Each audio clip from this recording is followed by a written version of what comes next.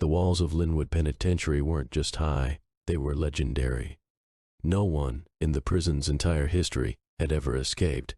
The facility sat on a remote island, surrounded by frigid waters and treacherous tides. Guard towers, motion sensors, and an advanced surveillance system kept a watchful eye on every corner. It was the kind of place where hope went to die. But hope was a stubborn thing, and Ethan Graves was a stubborn man. Convicted of a crime he didn't commit, Ethan had spent the past 4 years planning an escape that everyone said was impossible. A former structural engineer, he knew every inch of Linwood's architecture better than the warden himself.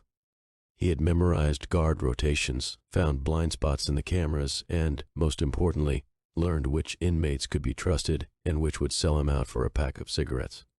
But what made his escape plan truly different was the labyrinth hidden beneath the prison, a maze of old, forgotten tunnels built during the prison's construction. It was said that the labyrinth was cursed. Every prisoner who had tried to navigate it had vanished without a trace. Some believed it led to freedom, others to madness and death. Ethan didn't believe in curses. He believed in blueprints and logic, and the labyrinth, to him, was the key. Ethan knew the risk, but the stakes were too high. The night he chose for his escape was like any other in Linwood, cold, silent, with only the sound of distant waves crashing against the rocky shore. He moved swiftly through the cell block, slipping out during the guard's smoke break when the cameras were switched to manual surveillance mode for 30 seconds. Just enough time for a ghost to slip past unnoticed. Reaching the storage area, he pried open a loose tile hidden under a shelf of old cleaning supplies. Beneath it, a narrow passage descended into darkness. He discovered this entrance by accident, noticing subtle shifts in the floor plan that didn't match the rest of the prison's layout. With a final glance over his shoulder, Ethan dropped into the hole, landing silently on a concrete floor below. He flicked on a small flashlight and aimed it forward, revealing the narrow, crumbling corridor stretching ahead. This was it, the entrance to the fabled labyrinth. For a moment, doubt gnawed at him. Was he really going to trust his life to a series of tunnels no one had ever survived? But then he remembered why he was here, the betrayal, the false testimony that put him in this hellhole. He had to get out, had to find the truth. The labyrinth was his only option. Taking a deep breath, he stepped forward. The walls closed in around him as he ventured deeper. The passageway was lined with old, rusted pipes and faded markings, strange symbols that looked like a cross between warning signs and arcane glyphs. He followed them, relying on the detailed map he'd created in his mind from studying the prison's historical records. But then, just as he reached what should have been a turn leading him closer to the prison's outer edge, the markings disappeared. The corridor split into 3 directions, none of which appeared on any blueprint he had ever seen. What the? He muttered, shining his flashlight around. The wall seemed to shift and change as he watched, like the labyrinth itself was alive, playing with him. Ethan chose the left passage at random, his heart pounding. The air grew colder, the darkness thicker. He felt the ground incline slightly and realized he was descending deeper underground. After a few more turns, he came to a dead end, a wall with no visible exit. He turned to retrace his steps, but the passage behind him had vanished. In its place was another wall. Panic clawed at his throat, but he forced it down. This was no ordinary maze. It was built to disorient, to trap those who tried to navigate it. He would not let it beat him. Think, Ethan. There's always a way out. He ran his fingers along the surface of the walls, feeling for any imperfection, any sign of a hidden door. Just when he was about to lose hope, his hand brushed against a stone that shifted slightly under pressure. A low rumble echoed through the tunnel as a section of the wall slid aside, revealing a narrow staircase leading down. "Got you," he whispered, stepping through the hidden passage. The staircase led him into a vast chamber that seemed out of place in the cold, utilitarian prison. It was almost cathedral-like, with high vaulted ceilings and columns draped in cobwebs. In the center of the room, a single lantern burned, casting eerie shadows. Ethan approached cautiously, his flashlight beam cutting through the gloom. And then he saw them, figures huddled around the lantern. Inmates like him, but gaunt and hollow-eyed. They turned slowly as he drew closer, and Ethan felt his blood run cold. "New meat," one of them rasped, a twisted smile on his face. "Did the labyrinth lure you in too?" "What are you talking about?" Ethan demanded, his eyes darting between them. "The maze," another whispered, her voice trembling. "It changes. It pulls people in, lets them wander until they lose their minds. We've been here, who knows how long." Ethan's mind reeled. Had they all tried to escape and been caught in this nightmare? But how? There had to be an explanation, a reason. "There's no way out, is there?" he asked, already fearing the answer. One of the inmates chuckled, a sound devoid of hope. "There's a way out, but it's not one you'll like." Before Ethan could ask more, the chamber shook violently, dust raining down from the ceiling. The lantern's light flickered and dimmed, casting the room into near-complete darkness. "Run!" one of the inmates hissed, scrambling back into the shadows. "It's coming!" Ethan's pulse raced. "What's coming?" No one answered. The only sound was the scurrying of feet as the inmates vanished into hidden alcoves and passages. And then, from the darkness, a low growl reverberated through the chamber. Ethan turned, his flashlight trembling in his hand. A hulking shape moved at the edge of the beam, too large, too fast to be human. He backed away slowly, his mind struggling to comprehend what he was seeing. It wasn't possible. None of this was possible. With a roar, the creature lunged forward. Ethan turned and ran, sprinting blindly into the nearest passage. The thing chased him, its heavy footsteps shaking the ground. He could feel its hot breath on his neck, hear its snarls echoing through the narrow corridors. Ethan rounded a corner, skidding to a stop as he found himself facing another dead end. The creature's footsteps grew louder, and in a desperate move, he slammed his shoulder against the wall. To his shock, the wall gave way, revealing a hidden door that swung open. He dove inside, slamming the door shut just as the creature crashed against it. The door shuddered under the impact but held. Panting, Ethan pressed his ear to the door, listening. After a few tense seconds, the growling faded, and he dared to breathe again. "Where am I?" he muttered, looking around. The room he'd stumbled into was different from the rest of the maze. It was small and bare, with a single object in the center, a wooden box, old and worn, with strange symbols etched into its surface. Ethan approached cautiously. The box seemed out of place almost, intentional, like it had been left there for him to find. He hesitated, then lifted the lid. Inside was a key and a note, written in neat, precise handwriting. "You've passed the first test. Use this key to find the next door. But beware, each door comes with a price." Ethan stared at the note, his mind racing. Who had written it? How did they know he'd end up here? And what did they mean by a price? Clutching the key, he turned and exited the room through another door that had appeared in the wall. The labyrinth twisted around him again, the passages shifting and changing as if reacting to his movements. The next door was harder to find, hidden behind a loose panel that led to another staircase. This time, when he opened it, he found himself standing on the edge of a deep pit, the bottom lost in darkness. Across the pit, a narrow beam stretched to the other side, barely wide enough to stand on. And there, at the far end, was another door, illuminated by a single, flickering light. Ethan took a deep breath, stepping onto the beam. His heart pounded as he edged forward, his arms stretched out for balance. Below him, the darkness seemed to swirl and shift, shapes moving within the blackness. Halfway across, he heard it again, the growl, low and menacing. He looked down, and his blood froze.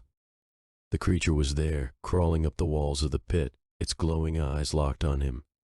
"No, no, no," Ethan whispered, inching faster. The beam wobbled dangerously, and he forced himself to slow down, even as the creature drew closer. Then, just as he reached the other side, the creature lunged. Its claws scraped against the beam, sending it swaying wildly. Ethan threw himself forward, crashing into the door. He fumbled with the key, his fingers trembling, and shoved it into the lock. The door swung open, and Ethan tumbled through, the creature's roar echoing behind him. The door slammed shut, sealing the beast on the other side. Gasping for breath, Ethan lay on the floor, staring up at the ceiling. That was close, too close. But as he pulled himself to his feet, he realized something. This door led not to freedom, but to another room, another test. And there, waiting in the center of the room, was a second note. Well done. But you're not done yet. The real test begins now. Find the final door, and you'll have your freedom. Fail, and you'll be trapped here forever, just like the others. Ethan crumpled the note in his fist. He didn't know who was behind this, or why they were toying with him. But he knew one thing. He would find that final door, no matter what it took. Because he wasn't just escaping Linwood. He was escaping something much bigger, something that wanted to keep him here. And he would not let it win.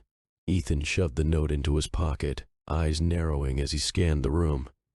It was smaller than the last one, with walls that seemed to pulse faintly under the dim light. The room had no visible exit, no doors, no windows, just smooth concrete surfaces.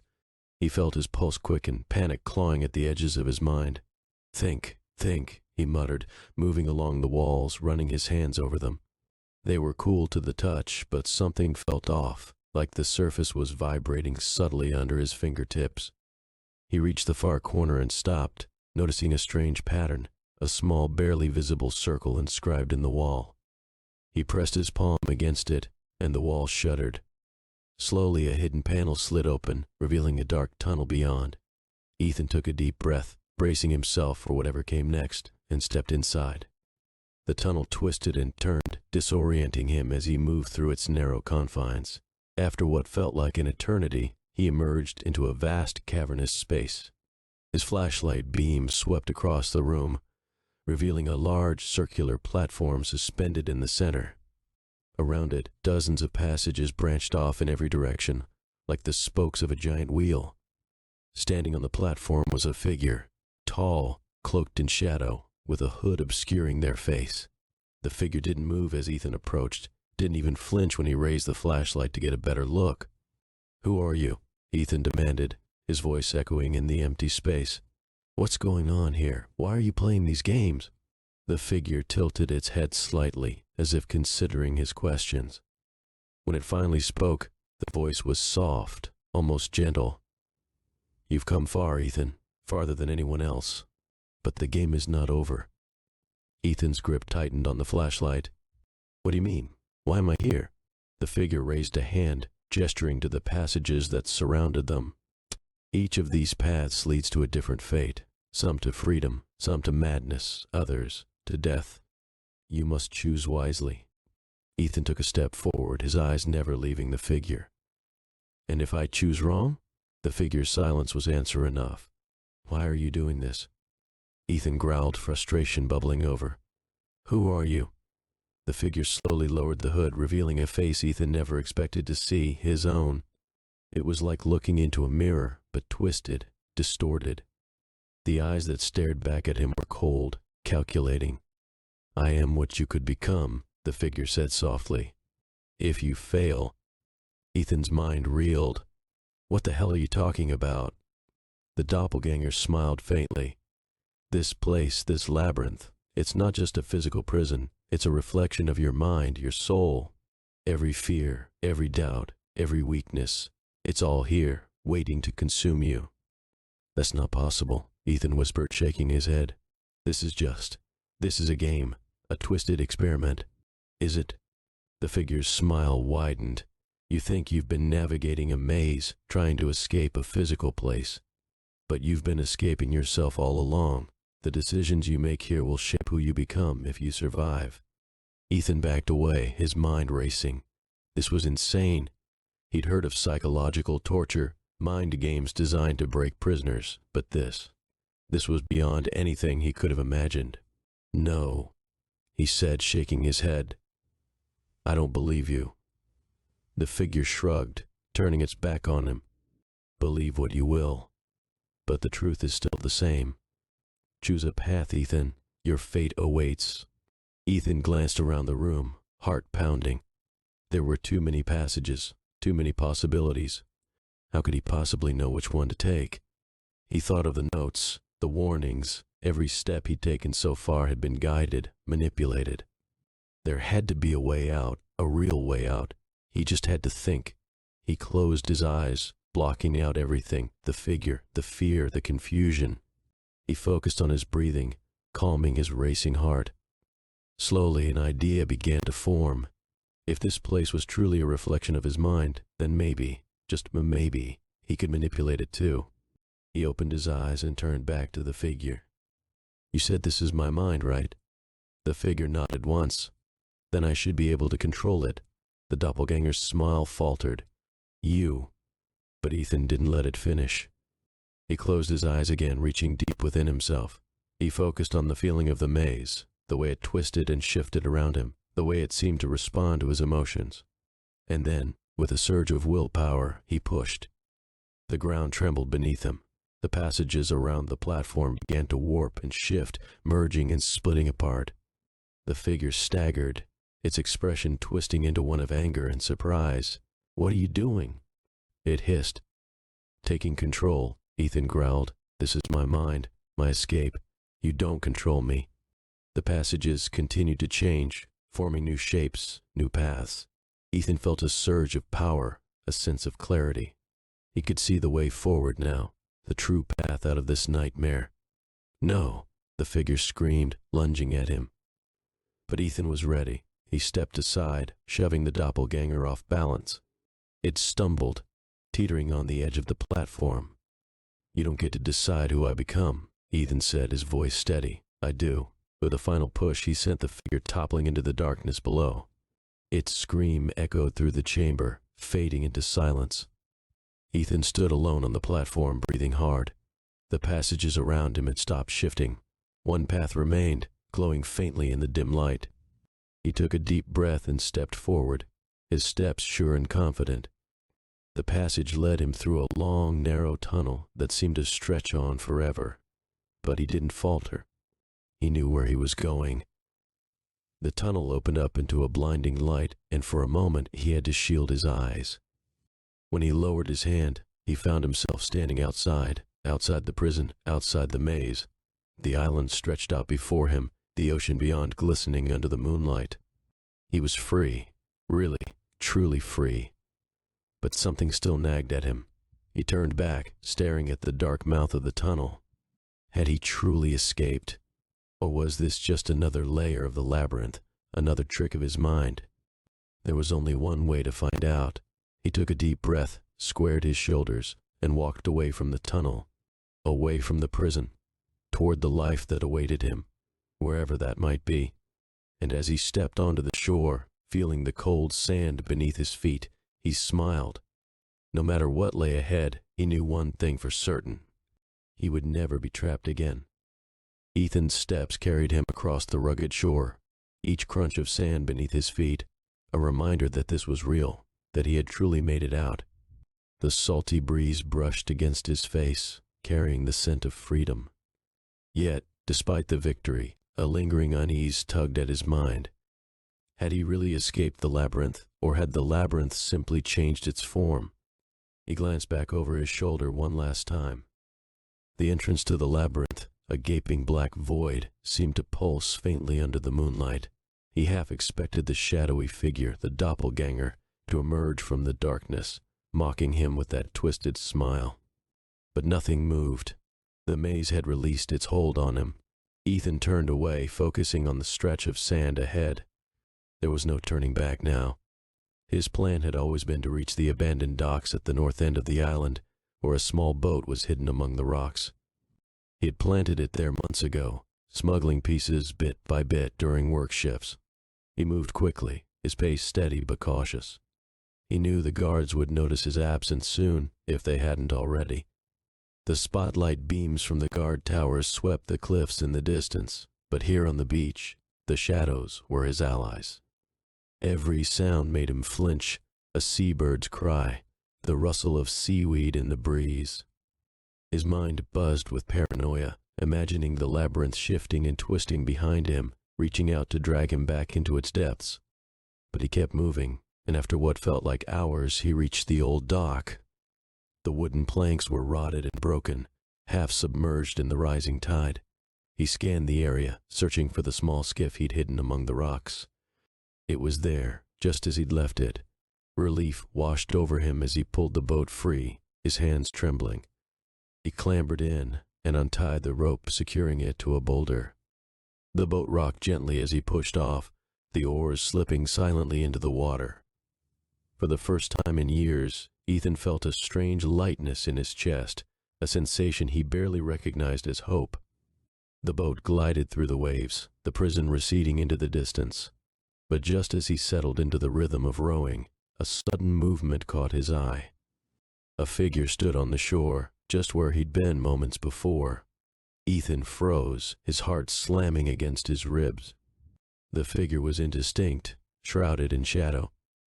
But there was something about the posture, the way it stood perfectly still, watching him, that made his blood run cold. "No, it can't be," he whispered, gripping the oars tighter. The figure raised a hand, as if waving or beckoning. Ethan shook his head, blinking hard. When he looked again, the figure was gone, the beach empty. "Get it together, Graves," he muttered to himself. "You're just seeing things." But even as he said it, he couldn't shake the feeling that the figure had been real, that it had been waiting for him. He forced himself to focus on the horizon, on the distant lights of the mainland. That was his goal. He wouldn't let fear turn him back. Hours passed as he rowed, the prison island shrinking into a dark blot on the ocean's surface. The moon hung high above, casting a silver path across the water. Ethan's muscles burned, but he kept going, driven by sheer will. Then, out of nowhere, a thick fog rolled in, blanketing the sea in a dense, impenetrable mist. The temperature plummeted, and the hairs on the back of his neck stood on end. He stopped rowing, the oars dipping lifelessly in the water. "Where did this come from?" he whispered, his voice swallowed by the mist. The fog pressed in around him, muffling every sound. He couldn't see more than a few feet in any direction. Panic clawed at his throat as he glanced around, disoriented. The boat rocked gently beneath him, the silence oppressive. "Stay calm," he told himself. "Just keep going straight, you'll get through it." He began to row again, the fog thickening with every stroke. Minutes dragged on and Ethan's sense of direction began to blur.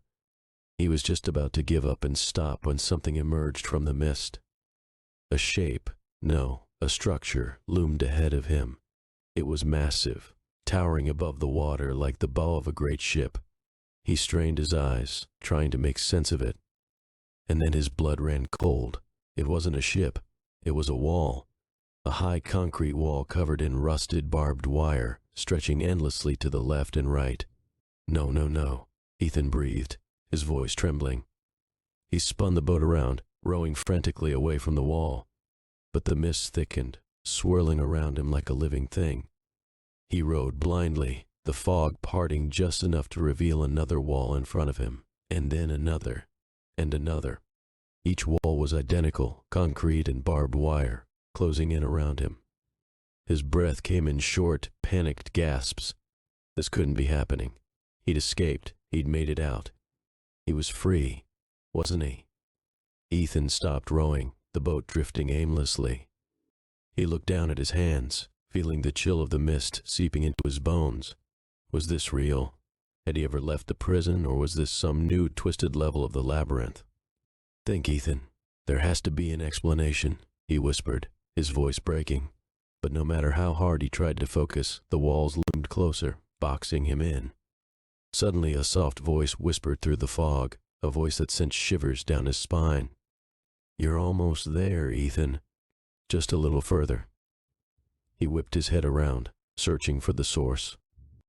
"Who's there?" But the fog swallowed his words. The voice didn't answer. Instead, the walls began to change. They shifted, warping and twisting like reflections in a funhouse mirror. The barbed wire melted away, replaced by rows of flickering lights. And then the walls opened. Ethan stared, wide-eyed, as the concrete dissolved into a vast expanse of darkness. the lights forming a narrow path leading deeper into the void. He hesitated, every instinct screaming at him to turn back, but the voice spoke again, closer this time. "This is your final test, Ethan. Step forward and see the truth." His hands trembled as he gripped the sides of the boat. Was this another trick, another trap set by his own mind? He had come so far, endured so much. He had to know, had to understand what lay at the end of this twisted game. Taking a deep breath, he stood up, the boat swaying under his weight. The lights shimmered in the darkness, beckoning him forward. "Here goes nothing," he muttered, and stepped off the boat. His foot touched solid ground, cool, smooth, and impossibly real. He took another step, and the boat faded away behind him, swallowed by the mist. Ethan walked slowly down the path, the lights growing brighter. The darkness around him seemed to pulse, alive with unseen movement. Shapes flitted at the edges of his vision, shadows of people, places, memories. He saw the prison, the faces of inmates he'd known, the corridors of the labyrinth. And then at the end of the path, he saw it, a mirror. It stood alone, tall and imposing, its surface gleaming under the lights. Ethan approached cautiously, his reflection staring back at him. But something was wrong. The reflection didn't match his movements. It stood still, smiling faintly. Who are you?" Ethan whispered. The reflection's smile widened. "I'm the part of you that never left, the part that's still trapped." Ethan shook his head, taking a step back. "No, that's not possible." The reflection's eyes darkened. "Don't you see, Ethan? The labyrinth wasn't a place. It was you. It's always been you." Ethan stumbled back, his mind reeling. "No, I got out. I escaped." "Did you?"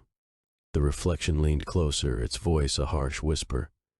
"Or did you just go deeper, deeper into yourself, into the maze you built to keep the truth hidden?" Ethan turned, desperate to run, but there was nowhere to go. The darkness closed in around him, the lights flickering wildly. The reflection's voice echoed in his ears, growing louder and louder. "Face it, Ethan. You've been trapped since the beginning. The only way out is through Mem." And then the mirror shattered, shards of glass flying in all directions. Ethan fell to his knees, his world spinning. The voice whispered in the darkness, soft and cruel, "Welcome back to the maze." Ethan clutched his head, feeling the ground beneath him sway as if it were a living thing. The shattered pieces of the mirror spun around him, reflecting twisted fragments of his face, each shard a distorted mockery. Panic clawed at his chest. Was this it? Was this the final layer of the labyrinth? He couldn't tell what was real anymore. "Get a grip," he muttered to himself, struggling to his feet. "You're stronger than this." But the reflection's words reverberated in his mind. The labyrinth isn't a place. It's you. The thought was a virus, spreading through every corner of his consciousness. Was he still inside? Had he ever really escaped? "No," he whispered fiercely. "I'm not giving in." He turned away from the swirling glass, taking a step forward, then another. Each step felt like pushing through water, his legs heavy, his mind screaming at him to stop. The darkness around him seemed to deepen, swallowing the last remnants of the shattered mirror. But he pressed on, refusing to look back. Slowly, a light appeared in the distance, a faint, flickering glow that seemed to pulse in time with his heartbeat. He moved toward it, each step steadier than the last. The glow grew brighter, revealing a doorway at the end of the path. A sense of déjà vu washed over him. He'd seen this door before, back in the labyrinth, when he'd found that first hidden passage. But this door was different. It shimmered with a strange, otherworldly light, the edges warping and twisting like liquid. Ethan reached out, his fingers brushing against the door's surface. It felt warm, almost alive. He hesitated, every instinct telling him to turn back. But he had come too far, endured too much. He needed to see what was on the other side. Taking a deep breath, he pushed the door open and stepped through. The light blinded him for a moment, forcing him to shield his eyes. When his vision cleared, he found himself standing in a place that defied all reason. It was a room, vast and endless, with walls that stretched up into the darkness above. But the walls were covered in memories, moving, living memories. He saw himself as a child running through a sunlit field, saw his first day at university, laughing with friends who had long since drifted away. He saw his trial, the judge's gavel coming down, sealing his fate. "What is this?" he breathed, turning slowly. The memories moved with him, flickering and shifting like pages in a book. He reached out, touching one of them, a scene of his childhood home, his mother's voice singing softly in the background. The memory dissolved at his touch, replaced by something darker. He saw himself in the labyrinth, running, falling, screaming. But it wasn't just one version of him. There were dozens, hundreds, each one trapped in a different part of the maze, each one reliving a different torment. "No," he whispered, stumbling back. "No, that's not me. That's not real." But the memories kept shifting, faster and faster, until they blurred together in a chaotic swirl. Ethan backed away, his heart pounding. He felt something press against his back and spun around. Another mirror stood before him, identical to the one he'd shattered. But this time, his reflection wasn't smiling. It was staring at him with wide, terrified eyes. "Help me," it mouthed silently, its lips moving in time with his own. "Please, help me." Ethan shook his head, a strangled laugh escaping his throat. "This is insane. This can't be happening." But the reflection leaned closer, its hands pressed against the glass. "You have to break the cycle, Ethan. You have to face it." "Face what?" Ethan shouted, his voice echoing through the endless room. "What am I supposed to face?" "Yourself," the reflection whispered. And then the glass began to melt, dripping down like liquid silver, revealing a dark void beyond. Ethan stepped back, but the floor shifted beneath him, tilting forward. He stumbled, his feet sliding on the slick surface. With a cry, he fell forward, tumbling through the mirror's surface and into the darkness beyond.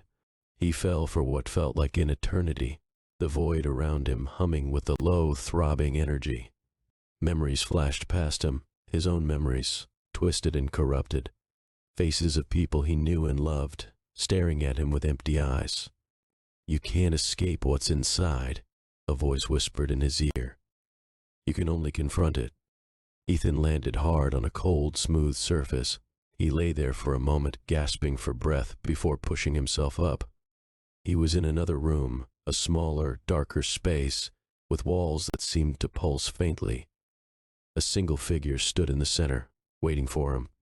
Ethan's heart skipped a beat as he recognized the figure. It was the shadowy doppelganger, but this time it was different. The figure was no longer a vague silhouette. It had taken on his form completely, mirroring every detail of his face and body. But its eyes were pits of darkness, empty and endless. "You," Ethan said, his voice trembling with rage. "What do you want from me?" The figure smiled, a twisted, cruel smile. "I want you to see, Ethan, to understand." "Understand what?" "That you were never meant to escape, because there is no escape. There's only the truth." "What truth?" Ethan shouted, taking a step forward. "Tell me." The figure's smile widened. It raised a hand, and the darkness around them shifted, revealing scenes, memories Ethan had buried deep. His first few days in Linwood, the hopelessness that had consumed him, the loneliness, the fear. He saw himself breaking, giving in to despair, losing himself to the endless monotony of prison life. And then he saw it, the moment he'd first heard about the labyrinth, the moment the idea of escape had planted itself in his mind. But something was wrong. The memory felt false, like a scripted scene in a play. "What is this?" he whispered, his eyes darting between the memories. "This is where it began," the doppelganger said softly. "This is where you started building the labyrinth." Ethan shook his head. "No, I didn't build it. It was already there. You created it," the doppelganger interrupted. "You built every wall, every passage, every trap. You built it to keep the truth hidden." "What truth?" Ethan demanded, his voice breaking. "What are you talking about?" The doppelganger stepped closer, its face inches from Ethan's. The truth about why you're here, why you're really here. Ethan felt his breath hitch. I'm here because I was convicted for something I didn't DDO. Is that what you think? The doppelganger's laugh was low and chilling. Or is that just another layer of the maze you built for yourself? No, Ethan whispered, shaking his head. That's not. I didn't do IIT. Didn't you? The doppelganger asked, its voice soft and venomous. Or have you forgotten? The memories shifted again, the images warping and twisting. Ethan saw himself standing in a courtroom, the judge's gavel coming down. He saw himself being led to his cell, his face blank and empty. And then, he saw something else. A flash of movement. A struggle, blood on his hands. No! Ethan screamed, backing away. That's not real. That's not. The doppelganger grabbed him by the shoulders, its grip like iron. You're not here because of what they did to you, Ethan. You're here because of what you did, because you couldn't face the truth. Ethan struggled, shaking his head wildly. No, I didn't. I didn't kill anyone. I didn't. Then why are you here? The doppelganger whispered, its voice echoing through his mind. Why are you really here, Ethan? Ethan froze, his heart pounding. The darkness around him seemed to close in, pressing down on him. And then, like a floodgate opening, the memories came crashing back. He remembered the fight, the argument, the rage that had consumed him. He remembered the feeling of his hands tightening around someone's throat, the horrible moment when he realized he'd gone too far. He remembered the lifeless eyes staring back at him. No, he whispered, his voice breaking. No, no, no. Yes, the doppelganger whispered, its eyes boring into his. This is your labyrinth, Ethan, your prison. You built it to hide from the truth, to hide from what you did. Ethan fell to his knees, the weight of the revelation crushing him. The labyrinth, the maze. It had never been about escaping Linwood. It had always been about escaping himself. His guilt, his shame. The doppelganger knelt beside him, its voice a soft murmur in his ear. There is no escape, Ethan. There never was. Tears streamed down Ethan's face as he looked up, his voice a broken whisper. Then, what do I do? The doppelganger smiled sadly. You face it, you accept it, and maybe, just maybe, you'll find some peace. Ethan closed his eyes, letting the darkness wash over him. He felt the walls of the labyrinth crumble, the maze dissolving into nothingness. And in that empty void, he finally confronted the truth he had been running from for so long. He had built his own prison. And now, he was ready to tear it down. When he opened his eyes again, the doppelganger was gone. The darkness had lifted, replaced by a soft, gentle light. Ethan took a deep breath and stepped forward, leaving the maze behind. And this time, he knew there would be no going back. Ethan stood still, his senses adjusting to the new environment around him. The soft light was almost welcoming, a stark contrast to the oppressive darkness of the labyrinth. The air felt lighter, as if a tremendous weight had been lifted from his shoulders. He looked around and realized he was in a room, a plain, nondescript room with white walls and a single chair in the center. He took a tentative step forward, then another. His footsteps echoed softly in the quiet space. The room was empty, devoid of the usual tricks and traps that had haunted him throughout his escape. There were no shifting walls, no monstrous figures lurking in the shadows, just an overwhelming sense of stillness. Ethan approached the chair, feeling a strange sense of déjà vu. He hesitated, then slowly lowered himself onto it. As soon as he did, a soft hum filled the air, and a small screen descended from the ceiling, flickering to life in front of him. Words began to appear on the screen, forming a simple question. Are you ready to remember? Ethan swallowed hard, his hands gripping the edge of the chair. Remember? He thought he'd already faced everything, the truth about what he'd done, the reason he'd ended up in this nightmare. But something inside him whispered that there was more. Something he hadn't yet confronted. He nodded slowly, and the screen shifted, showing a series of images. His childhood home, his family, his first day at school. The memories flickered by, each one a snapshot of his life before it all went wrong. And then the images changed. He saw himself, a young man full of dreams, standing in front of a grand, imposing building. His heart twisted as he recognized the place, the very same courthouse where his life had unraveled. The image zoomed in, showing him being led inside by two stern-faced officers. The trial room came next, his face a mask of defiance as he stood before the judge. But then something shifted. The screen blurred, and the scene changed again. This time, he was in an unfamiliar place, a dark room filled with strange equipment. He was strapped to a chair, just like the one he was sitting on now. Figures moved around him, their faces obscured by masks. "What is this?" Ethan whispered, his voice trembling.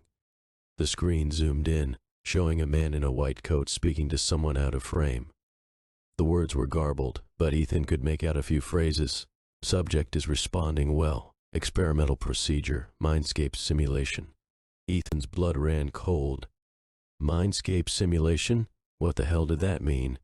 The man on the screen turned, his face finally coming into view. Ethan's breath caught in his throat. He knew that face. It was the same man who had testified against him at his trial, the same man who had claimed to be an eyewitness to a crime Ethan had no memory of committing. The man leaned closer to the camera, his expression calm and professional. "We're seeing unprecedented results," he said. "The subject's mind has created a maze, a labyrinth of his own making. It's a perfect mental prison. He has no idea he's still inside." Ethan's heart pounded furiously as the words sank in. Still inside? No idea? He stared at the screen, his mind racing. Was it possible? Could everything he'd experienced, Linwood, the labyrinth, the escape, have been part of some twisted experiment? "Subject is stable," the man continued. "No signs of breakthrough. We'll continue monitoring, but it's clear he's accepted the reality of the simulation as his own." The screen flickered, and the scene shifted again. This time it showed a room filled with people, doctors, scientists, and uniformed guards. They watched a monitor where Ethan's face was displayed, his eyes closed, his expression serene. A voice spoke over the intercom. "Initiating memory suppression sequence. Prepare for memory wipe." "No," Ethan whispered, shaking his head violently. "No, no, no." The screen zoomed in on his face, his eyes twitching under closed lids. The voice spoke again, cold and clinical. "Subject's resistance is minimal. Beginning erasure." Ethan's mind reeled. This couldn't be real. It had to be another trick, another layer of the labyrinth. He dug his fingers into the arms of the chair, trying to ground himself. Think, he muttered. "If this is real, if I'm still inside, then how do I get out?" The screen flickered once more, showing a final message. "There is no escape from yourself, only acceptance." The words burned into his vision, and the screen went dark. Ethan sat there, his breath coming in ragged gasps. Acceptance. Was that what they wanted? For him to accept that he'd never been free, that every struggle, every victory had been meaningless? "No," he said aloud, his voice shaking but determined. "I won't accept this. I won't let them control me." He stood up abruptly, the chair skidding back. The room around him trembled, the walls rippling like water. He glanced around, his pulse racing. If this was all a simulation, if the labyrinth had been a creation of his own mind, then he could fight it. "Let me out," he shouted, his voice echoing through the empty room. "I know what you're doing. You can't keep me here." The floor beneath him began to crack, thin fissures spreading out like spider webs. The walls flickered, images flashing across them, his trial, the labyrinth, the doppelganger's face. Everything blurred together in a chaotic swirl. "Let me out," he screamed again, his fists clenched. The room shuddered violently, the cracks widening. Ethan felt a surge of energy, a force welling up from deep within him. He closed his eyes, focusing on that feeling. He imagined the walls crumbling, the ceiling collapsing.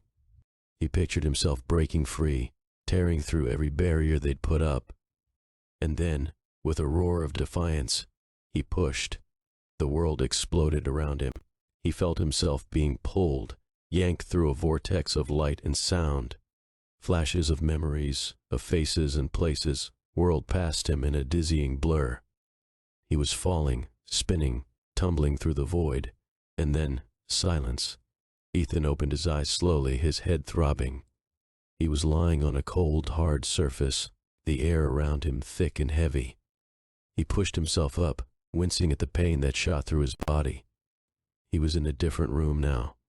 Smaller, darker. The walls were lined with machines, their screens glowing faintly. Wires and tubes snaked across the floor, connecting to a single chair in the center of the room. His chair. Ethan's heart pounded as he realized what he was seeing. He was in the real world, the real Linwood. The machines around him beeped softly, monitoring his vitals. He looked down and saw the electrodes attached to his arms, his chest. They'd been keeping him here, locked in that simulated hell, using his own mind against him. He ripped the electrodes off, the machines beeping frantically in response. A door at the far end of the room burst open, and a group of people rushed in, doctors, guards, and the man from the screen. The man's eyes widened as he saw Ethan standing there, free of the restraints. "Impossible," he breathed. "You broke through." Ethan's gaze locked onto the man, anger and determination flaring in his chest. "I'm done playing your games." The man took a step back, raising his hands defensively. "Wait, Ethan. Listen." But Ethan didn't wait. He lunged forward, grabbing the man by the collar. "You tried to trap me in my own mind," he growled. "Why?" The man struggled, his face pale. It was an experiment. Your mind is different, stronger. We were trying to understand, to control me," Ethan snarled. "To turn me into your lab rat?" "No, to help you." The man gasped, his eyes wide with fear. "You don't understand." Ethan hesitated, his grip loosening. "What do you mean?" The man coughed, catching his breath. "There's more to you than just this. Your mind, it's special. You created that labyrinth, yes, B, but it's B because your mind is connected to something bigger." "What are you talking about?" Ethan demanded, confusion warring with rage. The man looked at him, desperation in his eyes. You're not just one person. You're many. All your lives, all your choices, they're all connected. That's why the labyrinth exists. It's not a prison. It's a doorway." "A doorway to what?" Ethan whispered, his voice barely audible.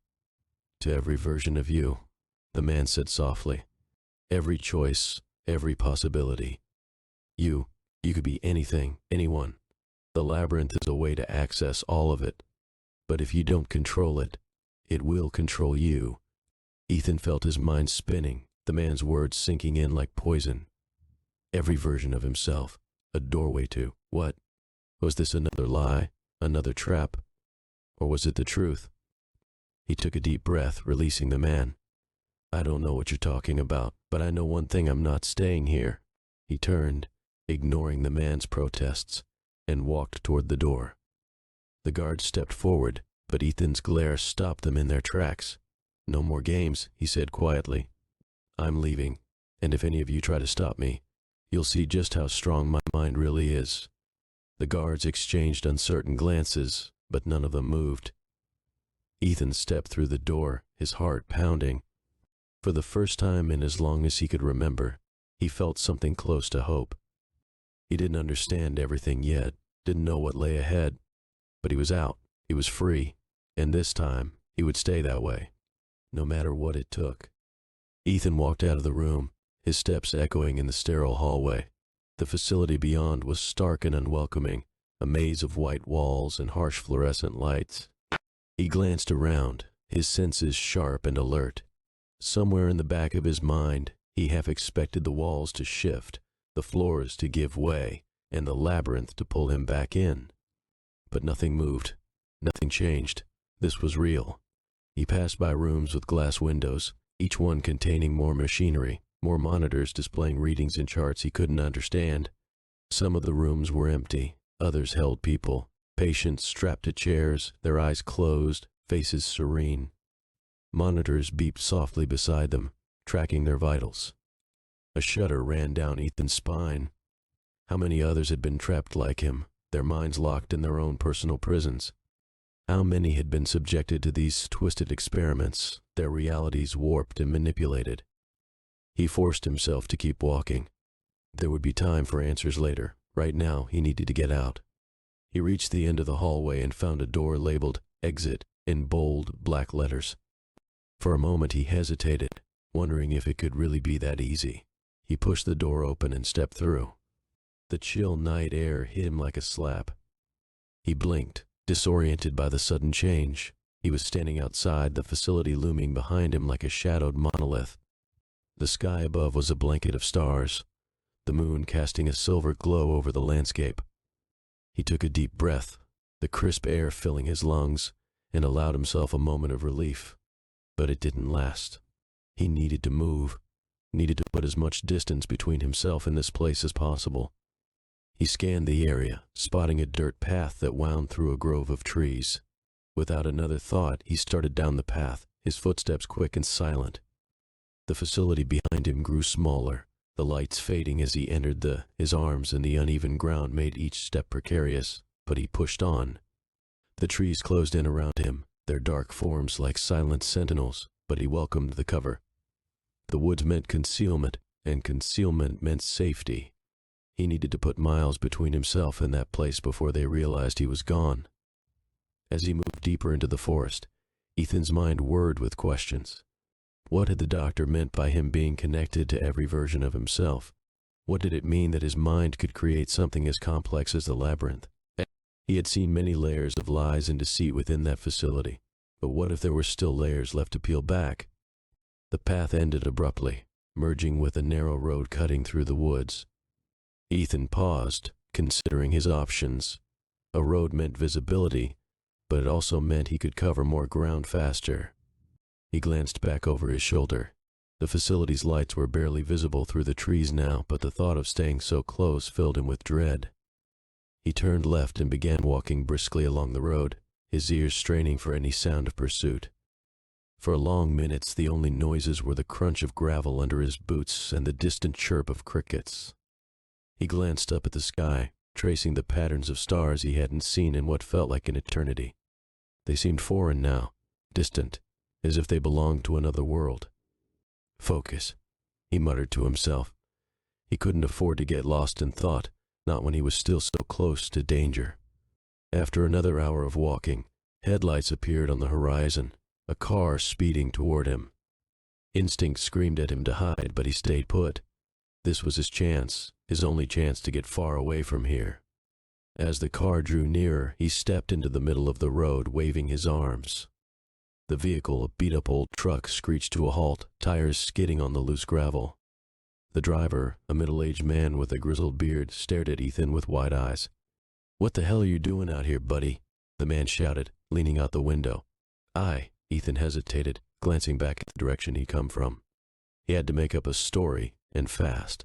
"I got lost. Can you give me a ride? Please, it's urgent." The man squinted at him, suspicion written all over his face.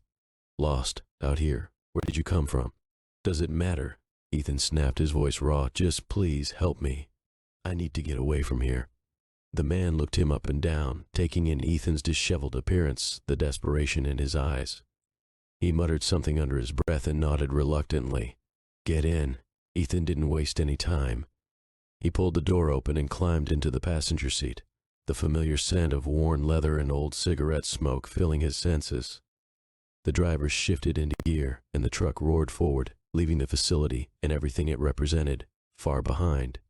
For the first few miles, they drove in silence, the rhythmic hum of the engine the only sound.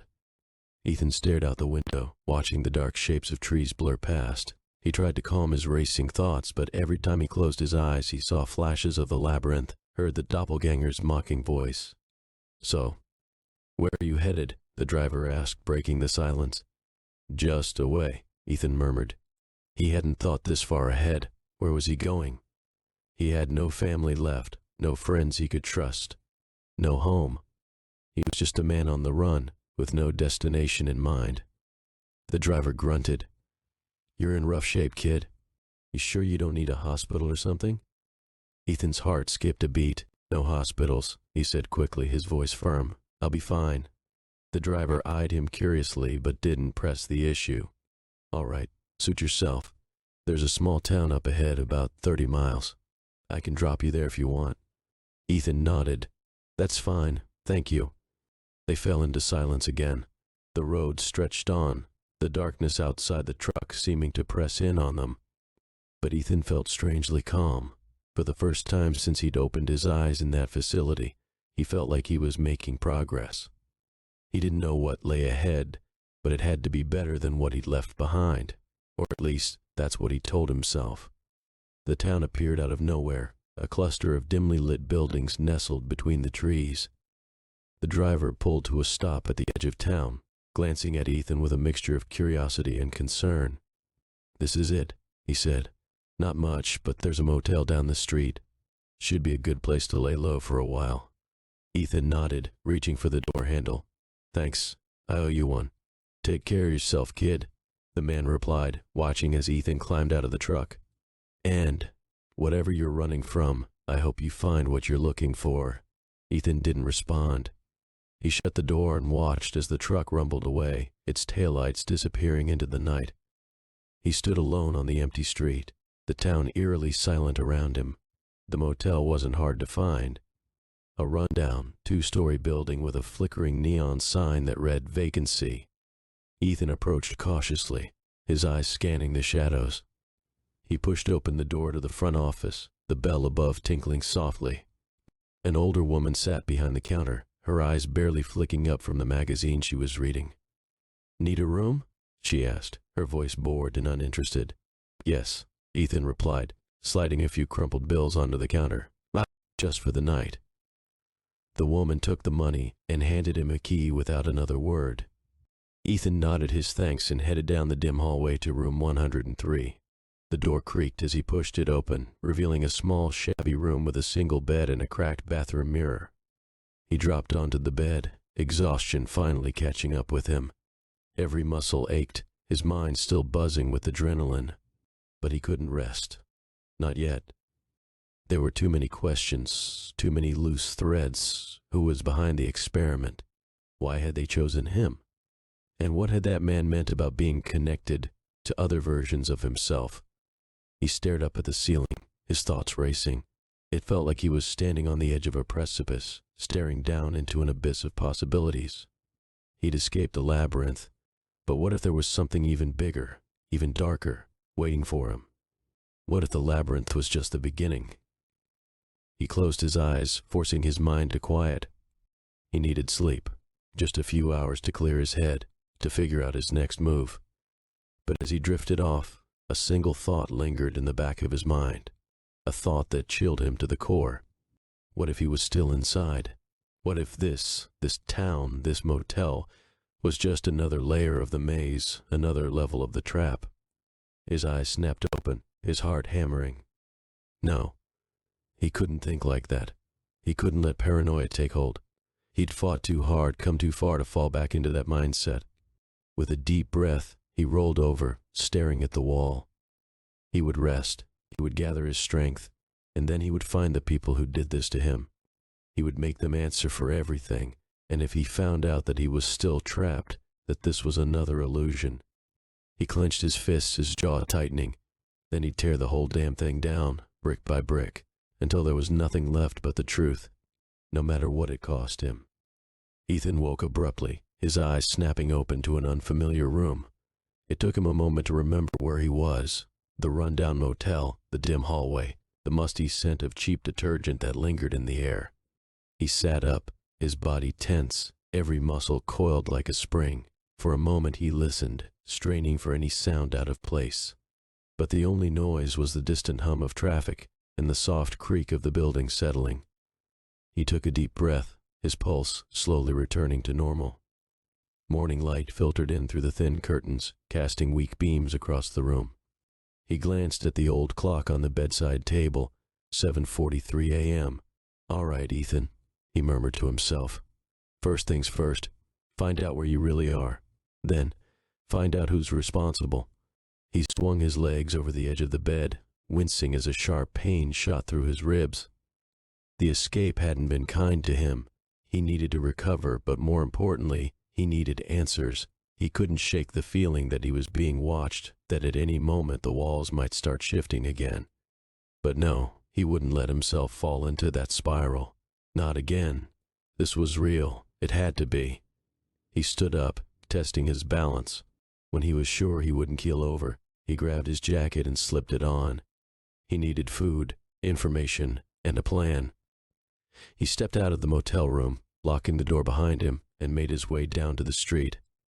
The town was even smaller than it had seemed the night before. A few shops lined the main road. A grocery store, a gas station, a diner. The kind of town where everyone knew everyone else's business. He'd have to tread carefully. He walked down the street, his eyes scanning for anything that might seem out of place.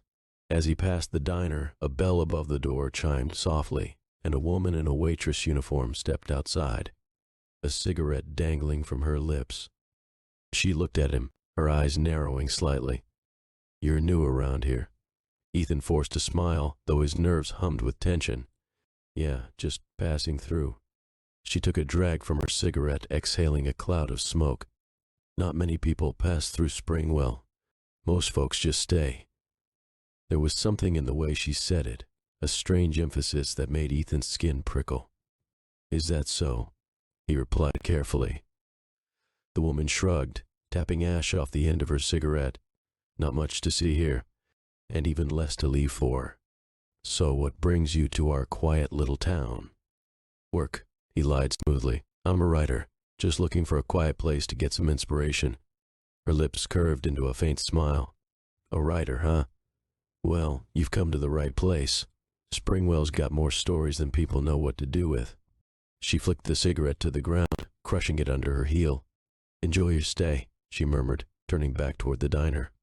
"Just don't go looking too deep. Sometimes the answers you find aren't the ones you want." Ethan watched her go, unease curling in his gut. He continued down the street, trying to shake off the strange encounter. Was he just being paranoid, or had there been a warning in her words? He reached the grocery store, a small, cluttered place with narrow aisles and shelves crammed with canned goods. He grabbed a few items, bread, peanut butter, bottled water, and paid at the register, the cashier giving him a friendly but curious look. It seemed that being new in town made him an instant subject of interest. Stepping back outside, he turned down a side street, heading toward the edge of town. He needed a place to sit and think, somewhere out of sight. He found a small park, deserted at this time of morning, and settled on a bench under the shade of an old oak tree. He ate quickly, his mind churning with possibilities. The more he thought about it, the more convinced he became that he couldn't trust anything about this place. Springwell seemed too perfect, too ordinary. The people were friendly, but there was an undercurrent, something off about the way they looked at him. Maybe he was still in the labyrinth. Maybe they just shifted the parameters, made it more convincing. Maybe. "Stop it," he whispered fiercely, rubbing his temples. "This is real. Just find a way to prove it." His thoughts were interrupted by the crunch of gravel. He looked up to see a man walking toward him, a tall figure in a dark coat, his face partially hidden by the brim of a hat. Ethan tensed, his mind flashing back to the guards, the doctors. But this man moved differently. He wasn't hostile, just curious. "Mind if I join you?" the man asked, gesturing to the bench. Ethan hesitated, then nodded slowly. "Sure." The man sat down, folding his hands in his lap. "You're new in town." It wasn't a question. Ethan nodded again. "Yeah." The man glanced at him, his eyes sharp and assessing. "What brings you here?" "Just passing tea through." The man smiled faintly, his gaze never leaving Ethan's face. "Passing through to where?" "Anywhere that isn't here," Ethan said, his tone guarded. The man chuckled softly. "Fair enough. But you know, this town has a way of holding on to people. Once you're here, it's hard to leave." Ethan stiffened. "What do you mean?" "Springwell's different," the man said slowly, choosing his words with care. "It's not like other places. You can leave, sure, but it stays with you, like a shadow, or a memory you can't quite shake." Ethan felt a cold knot form in his stomach. Who are you? The man leaned back, tilting his head to look up at the sky. Just someone who's been here longer than most. Someone who's seen a lot of people come and go. He turned back to Ethan, his eyes narrowing slightly. And someone who knows when there's more to a person than meets the eye. Ethan swallowed hard. What do you want? I want to help you, Ethan. He froze. How do you know my name? The man's smile was sad, almost regretful. Because I know who you are. I know what they did to you. And I know why you're here. Ethan's heart hammered in his chest. Tell me. The man sighed, looking away. This town is a safe place for people like you. People who've been through things. Things that break the mind. People who need time to heal. What are you saying? Ethan asked, his voice tight. I'm saying that Springwell isn't just a town. It's a sanctuary, a place where people can hide from the outside world, or from themselves. The man glanced at him again, his gaze piercing. And I'm saying that you're not the first one to find yourself here, wondering if what you're seeing is real. Ethan's head spun. A sanctuary. For what? And who was this man really? Why should I believe you? He asked, suspicion lacing his words. The man shrugged. You don't have to. But answer me this. Since you got here, have you felt, watched, like someone's always just out of sight, keeping an eye on you? Ethan's blood ran cold. How did you? Because that's how it starts, the man interrupted gently. The paranoia, the doubts, the feeling that nothing is real. They did it to me too, a long time ago. Ethan stared at him, searching the man's face for any hint of deception, but there was only sincerity there. And pain, a deep, old pain. What do I do? Ethan whispered, his voice barely audible. The man's gaze softened. You keep moving forward. You don't let them pull you back. The more you question, the more you'll feel trapped. Don't let your mind become a maze again. Accept what's in front of you and move on. Otherwise, you'll end up like me. Ethan swallowed, the weight of the man's words pressing down on him. He glanced around the park, the quiet trees, the empty streets. Was this real, or just another level of the labyrinth? I can't just let go, he said quietly. I need to know the truth. The man nodded slowly. Then be careful. Because once you start pulling at the threads, the whole thing unravels, and you might not like what you find. With that, he stood up, brushing off his coat. Good luck, Ethan. I hope you find what you're looking for. Ethan watched as the man walked away, disappearing into the shadows of the trees. He sat there for a long time, staring at the spot where the man had been. What was real? What was the labyrinth? He didn't know anymore, but he knew one thing. He wasn't done yet. There were answers here. He could feel it, and he was going to find them, even if it meant tearing down every layer of this twisted reality, one brick at a time. Ethan stayed in Springwell for the next few days, keeping to himself and observing everything with heightened suspicion. The waitress at the diner, the grocery store clerk, the strangers who passed him on the street. Every person seemed to hold a secret. Every glance felt like it carried hidden meaning.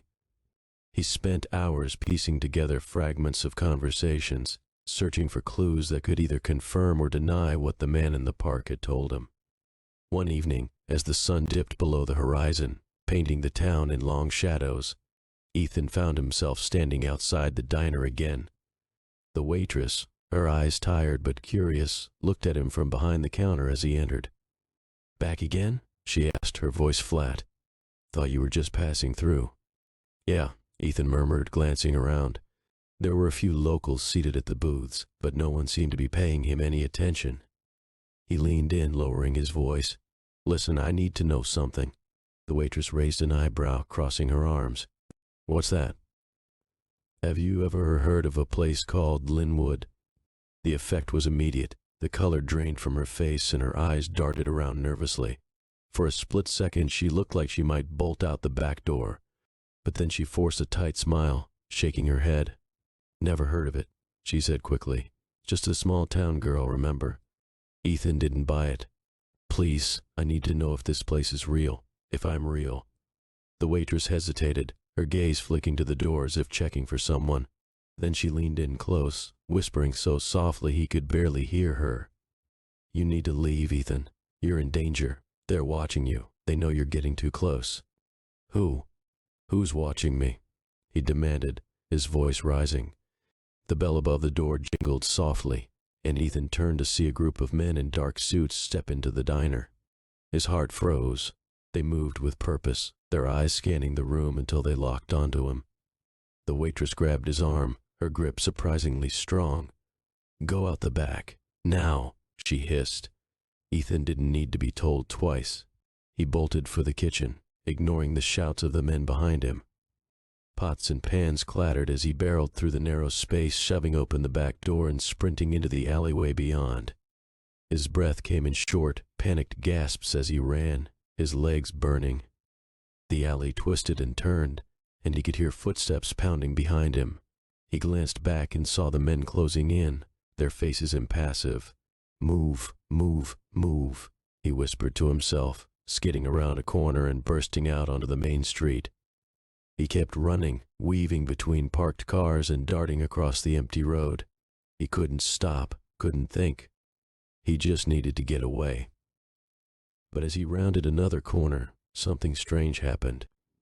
The world around him blurred, the streetlights stretching into long streaks of light. He stumbled, his vision swimming. The ground seemed to ripple beneath his feet. "No, not now," he gasped, clutching his head. He tried to keep running, but his legs gave out, sending him sprawling onto the pavement. The world around him warped, the buildings melting into abstract shapes. The shadows lengthened, closing in around him. And then, just as suddenly as it began, everything snapped back into focus. Ethan blinked, pushing himself to his feet. He was somewhere else. The town was gone, replaced by a large open field. The air was heavy with fog, and in the distance he could see the faint outline of a massive structure. A tower, its spire piercing the sky like a jagged thorn. "What?" he whispered, turning in a slow circle. How had he ended up here? He took a step forward, and a voice echoed through the fog, a voice that sent chills down his spine. "Welcome back, Ethan." He spun around, his heart pounding. There, standing just a few feet away, was the man from the park. But this time, he wasn't alone. Beside him stood the doppelganger, the twisted version of Ethan that had taunted him in the labyrinth. Ethan stumbled back, shaking his head.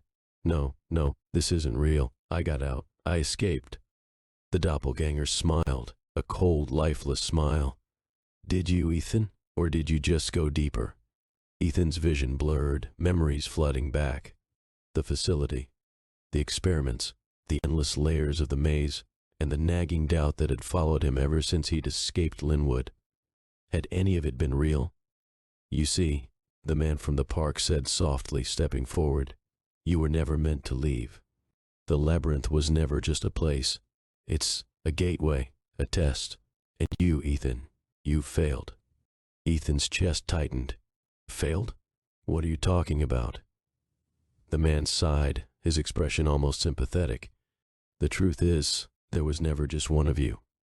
Every time you thought you escaped, you were simply entering another version of yourself, another version of the labyrinth.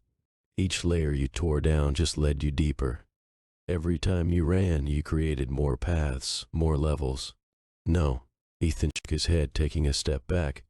"You're lying." M2, the doppelganger's eyes gleamed. "Tell me, Ethan, if this is real, why can't you remember anything before the labyrinth? Why does every escape feel the same?" Ethan froze. The man's words echoed in his mind, each one hitting like a hammer. He tried to think back, tried to remember his life before Linwood, before the labyrinth. But it was all hazy, fragmented. He couldn't remember his family, his childhood, his life before the prison. "Because you don't have a past," the doppelganger murmured, stepping closer. "You never did. You're just a creation, a reflection of the maze itself." Ethan's mind reeled. No, that's not true. But even as he said it, he felt something inside him crack.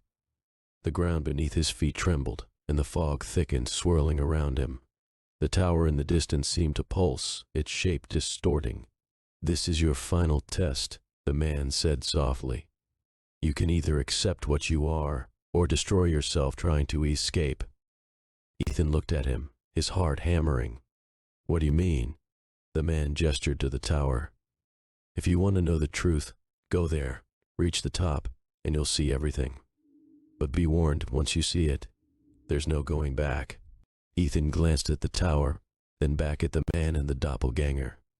And if I don't go, then you stay here, the doppelganger said quietly. Lost in the maze, forever. The fog swirled, pulling back to reveal a narrow path leading to the base of the tower. Ethan took a deep breath, his mind a storm of conflicting thoughts. If he went to the tower, he might finally get the answers he'd been searching for. But what if those answers destroyed him? What if he really was just a creation of the maze? He clenched his fists, taking a step toward the path. I'm not afraid, he said, his voice shaking. The man nodded. Then go. Face your truth. Ethan turned and began walking down the path, each step taking him closer to the towering structure. The fog parted before him, revealing a massive door at the base of the spire. He reached it and hesitated, his hand hovering over the handle. With a deep breath, he pushed the door open and stepped inside. The interior was a vast, empty space, illuminated by a soft, ethereal light. A staircase spiraled up into the darkness, disappearing into the ceiling. Without a word, Ethan began to climb, his footsteps echoing in the silence. He climbed for what felt like hours, each step heavier than the last. But he didn't stop. He couldn't. He had to know. Finally, he reached the top, a small circular chamber with a single object in the center. A mirror. Ethan stared at it, his reflection gazing back at him. But it wasn't the same. The face in the mirror was older, gaunter. The eyes were hollow, haunted. He reached out, his hand trembling, and touched the glass. The mirror shimmered, and the room around him vanished. He was standing in the facility again, strapped to a chair, wires attached to his temples. Scientists and doctors bustled around him, their faces blurred. He tried to speak, but no sound came out. And then the man appeared, standing beside him, the same man from the park, his expression calm and detached. Welcome back, Ethan, the man murmured. Or should I say, Subject 0? Ethan's mind spun, confusion and fear flooding him. Subject 0? What did that mean? You've been in the simulation for a long time, the man continued. Testing the limits of your mind, exploring every possibility, every scenario. But it's over now. We've learned all we can. Ethan struggled against the restraints, panic rising. This couldn't be happening. He'd escaped. No more labyrinths, the man said softly. No more levels. Just the truth. The restraints released, and Ethan stumbled to his feet. The room around him was stark and sterile, filled with equipment he didn't recognize. He looked at the man, his heart racing. What am I? He whispered. The man's gaze was steady. You're a construct, Ethan, a being created to test the limits of the human mind. You were never real. None of this was. Ethan staggered back, his mind fracturing. No, that's not possible. It is, the man said gently. And now it's time to say goodbye. Ethan opened his mouth to scream, but the world around him shattered, dissolving into light. And then, darkness, silence, nothingness, until in the void a soft voice whispered, reset complete, initializing new scenario. And with that, the maze began again.